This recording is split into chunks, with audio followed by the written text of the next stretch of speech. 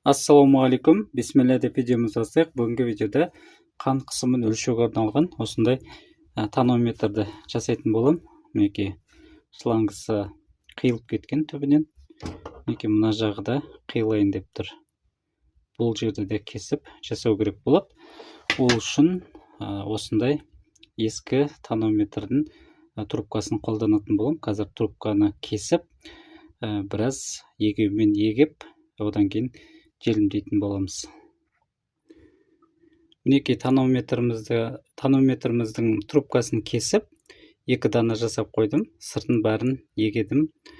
Егеумен сонда желіміміз жақсы жабысатын болады. Енді қазір желімдеу керек болады осыны.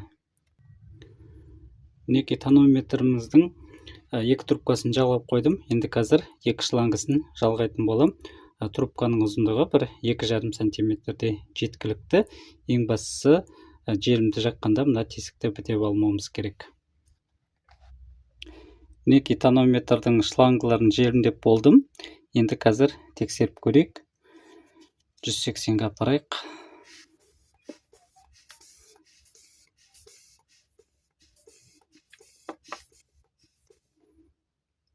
Мінекей қазір 180 ұстап тұр. Енді ақырындап жіберейік.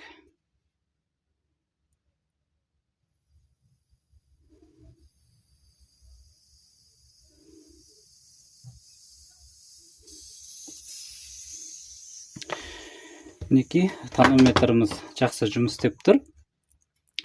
Егерде мынандай жіңішке трубка таба алмай жатсаңыздар, кез келген домалақ пластмасс трубкаларда жарай береді.